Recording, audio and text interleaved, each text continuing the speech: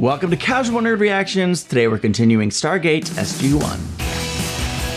One thing I find interesting, particularly in episodic shows early in their run, is how the shows, many times they're trying to figure out how to utilize the characters that they have, who they best get along with, who has the most chemistry, and what kind of stories are going to best serve the characters as well as the overall story. And this is a show that hit the ground running with an incredibly strong story coming from the movie and into that pilot, wow, and has fully formed, interesting characters right from the beginning. But I know that as the show goes on, everyone says that it just continues to get better and better. And a part of that is going to be seeing how the cast, they get to know their characters a little better and how they continue to gel even more so. Just something I was thinking about this morning, and I'm ready now to get into this episode. So thank you for being here. Check me out on Patreon if you want to support my journey through Stargate SG-1, and let's experience this episode for the very first time. I was pointing at my TV, but you can't tell that. What do we got here, Teal'c? Oh. I do not know. Very different planet for once. It's sulfur-based. It may indicate a civilization of some kind. I love the blue crystals. These pieces might fit together. Ooh. There's a whole one. Looks like they've been blasted apart by something. Interesting musical composition. Really wonderful suspense-creating atmosphere. Is someone watching them through the crystal, or is the crystal alive? They put a mouth on that crystal and it starts talking. Whoa! It protected itself. Who's that?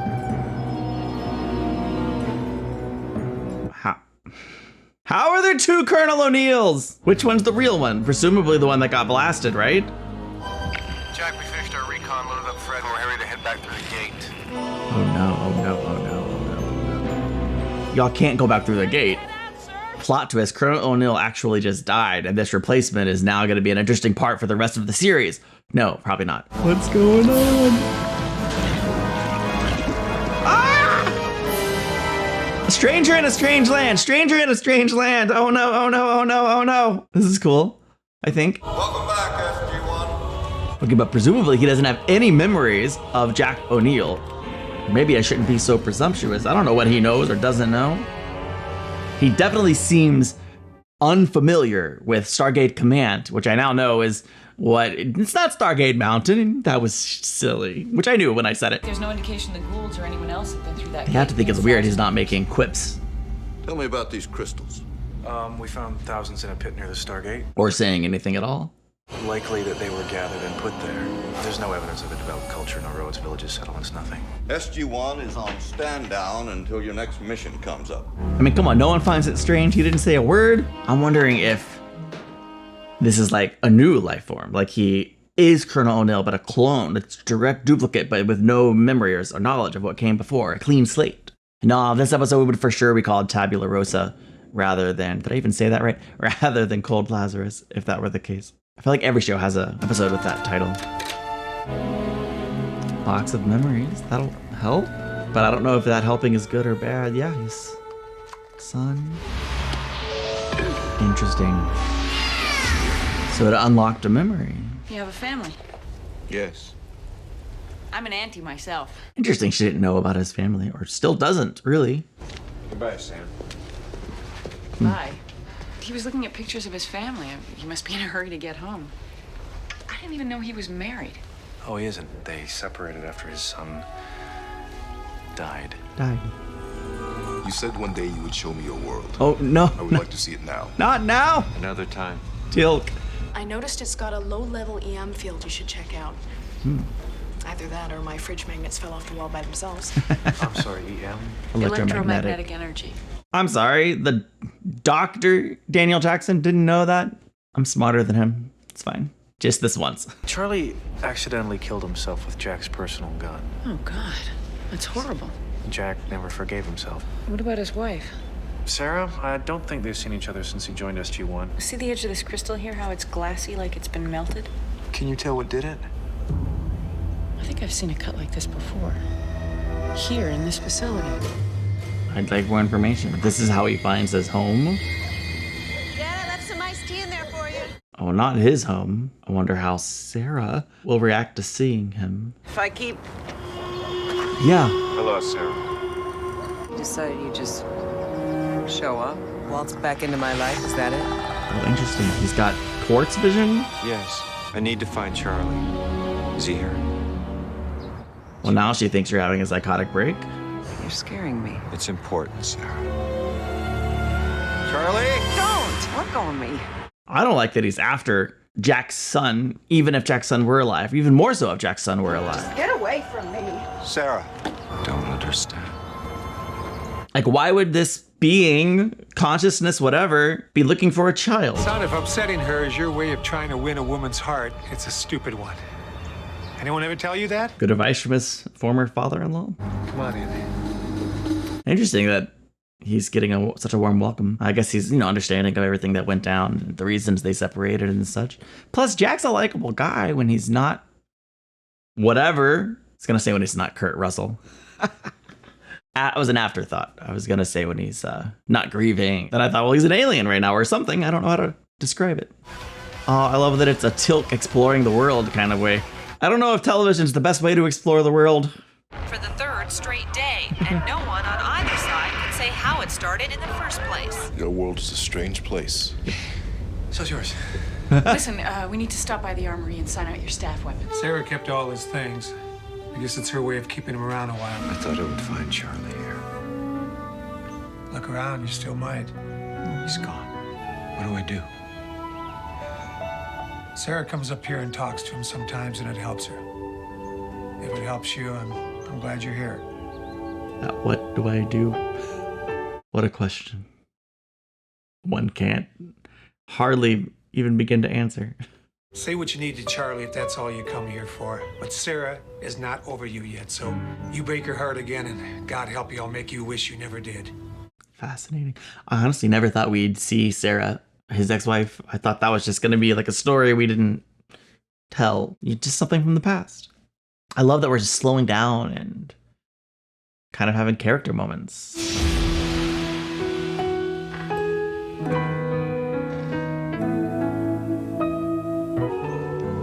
Is Charlie about ready? Yeah, he was running around here a few minutes ago.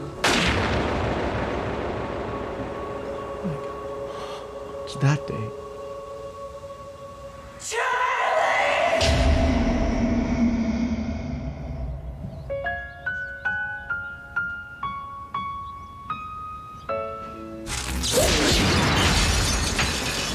Here's a good one. What's going on in there? You received permission for me to fire my staff weapon in the gate room? Nope. Oh, yeah. Absolutely.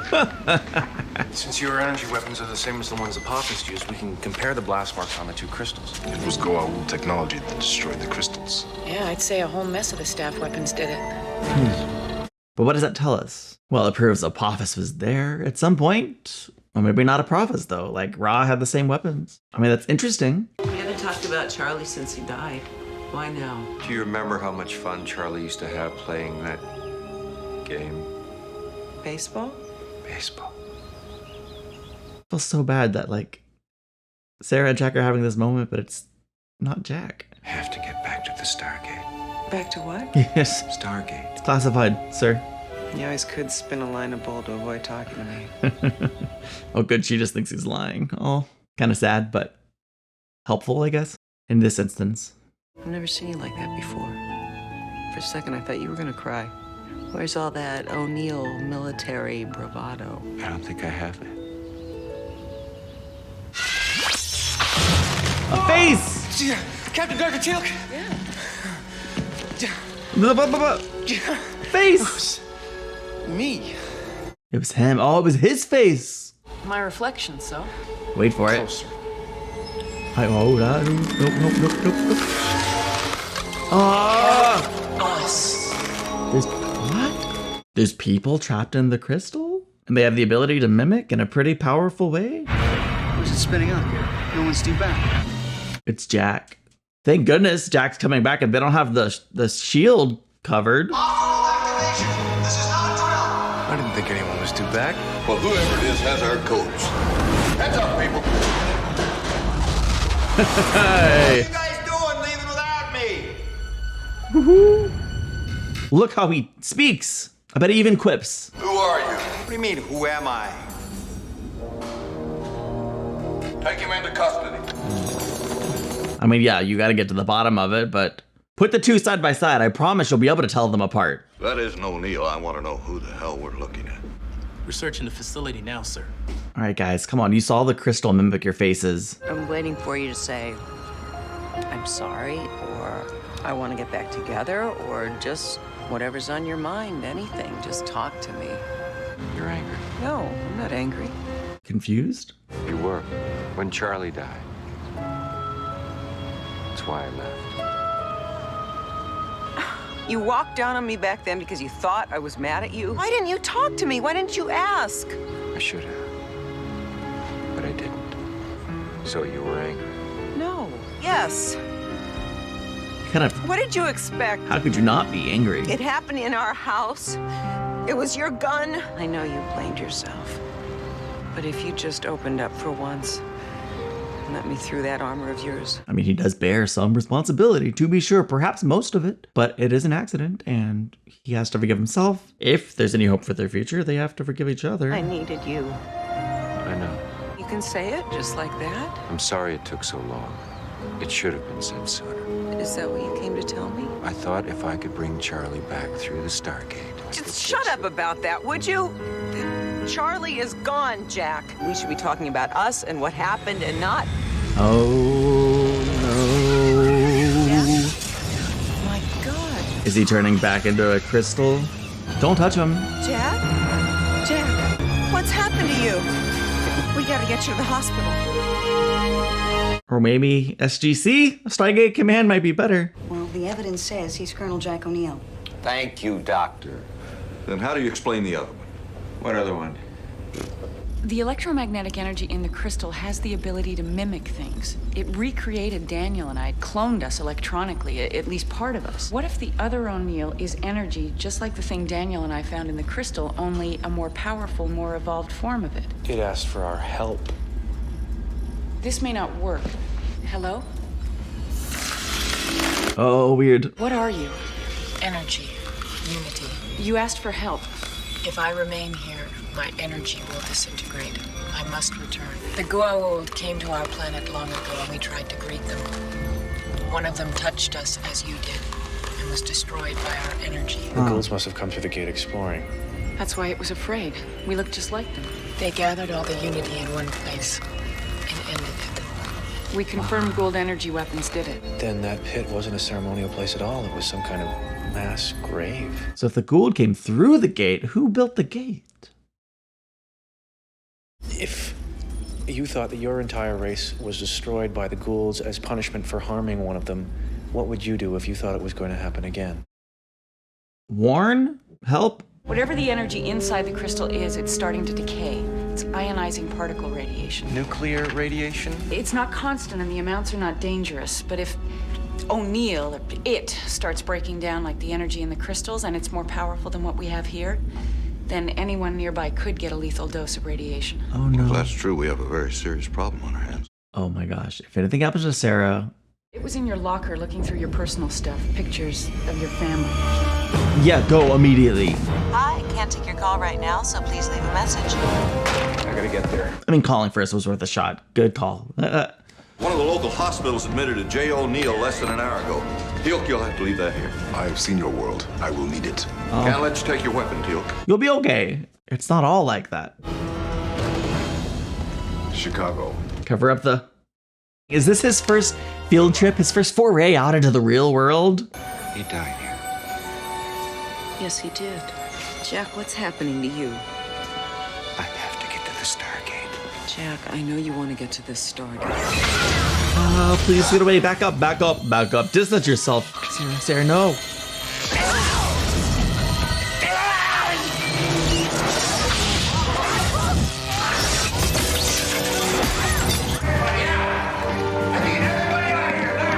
She's gonna have some serious questions, but I'm glad she's seeing the real Jack. Are you all right?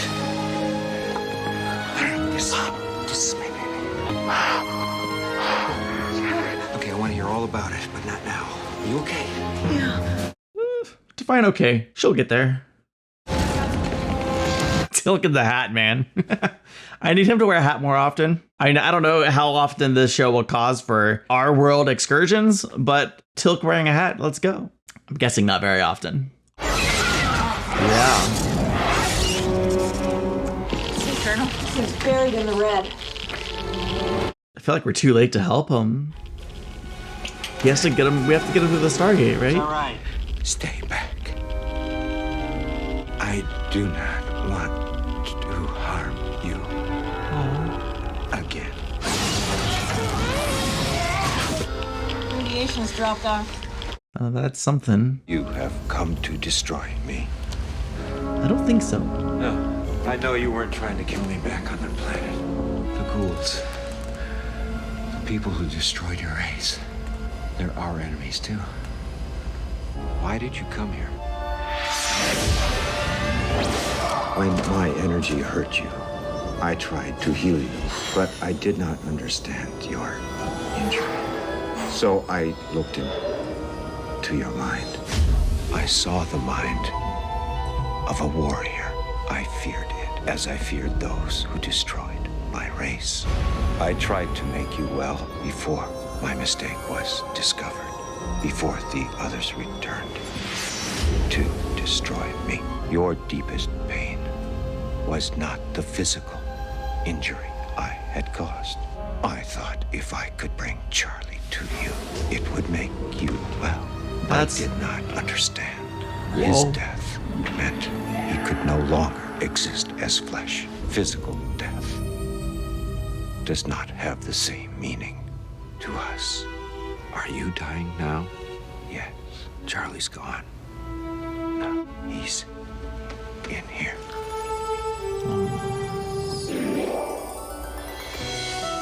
Whoa. You cannot change what happened that day, just as I cannot change the day that the gold destroyed my world. I am showing you what if Charlie is still there. I don't know if that's helpful or devastating, but it's interesting. Is Sarah O'Neill still here? Yes. That's pretty good casting for his son, honestly. Again, I don't know if this is like a cool thing or a cruel thing. I feel like this might just reopen wounds. Maybe it's therapeutic. Tell her it's... Oh my God. Tell her... It's not Charlie. Thank you. Should have been quicker with that. I have to get him back. To the Stargate. Yeah. Whatever that is. We were pretty great together, weren't we? Wow. We were the greatest.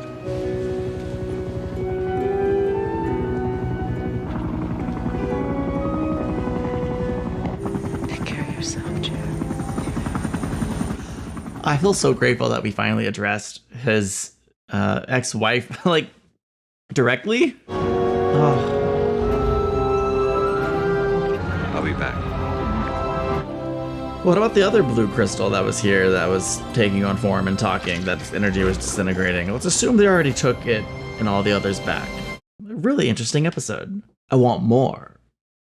If you gave me a sequel to this where we just spend time talking and taking the blue crystals through the Stargate and talking to them, this is kind of the first alien life we've met other than the Goa'ulds, and we've never really had a conversation with the Goa'ulds. Tilk is the closest, and he's technically human, even though he's Jaffa. I'm loving this because it's kind of one of those things where you never know exactly what you're going to tap into when you watch an episode of Stargate SG-1. You can generally expect a couple of things. We're going to go through the Stargate. We're going to experience some kind of alien world, but doesn't necessarily mean we're going to meet aliens. Sometimes we meet different cultures. Sometimes we have our people that are in some kind of personal danger. Maybe it connects to their personal life. Maybe it doesn't. But this was the first time where we really slowed things down and sort of took an in-depth character study of one of our primary characters, in this case, Jack O'Neill.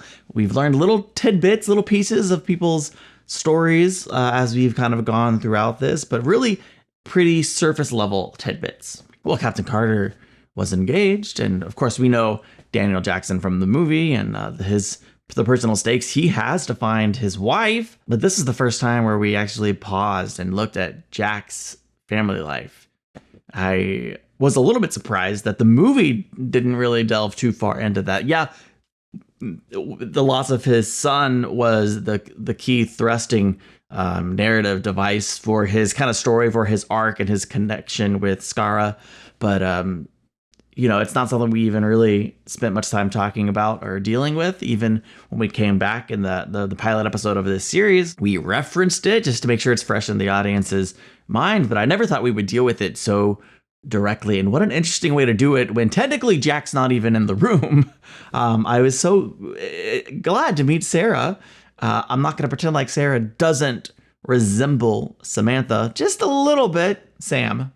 Don't know if that's intentional to kind of set up that he has a type or I don't know, whatever. I'm not even saying that a potential romance is in the future, other than many times you have main characters on a show. You want to put them together, but you can do what you want. Okay. But I just thought it was interesting. I liked her. I was really, really nervous about the fact that she was seeing Jack really for the first time in a very, very long time. And it wasn't Jack, but thankfully, it seemed like that's not going to be an issue, and maybe they'll be able to have some kind of connection or relationship after this that could be healing for both of them.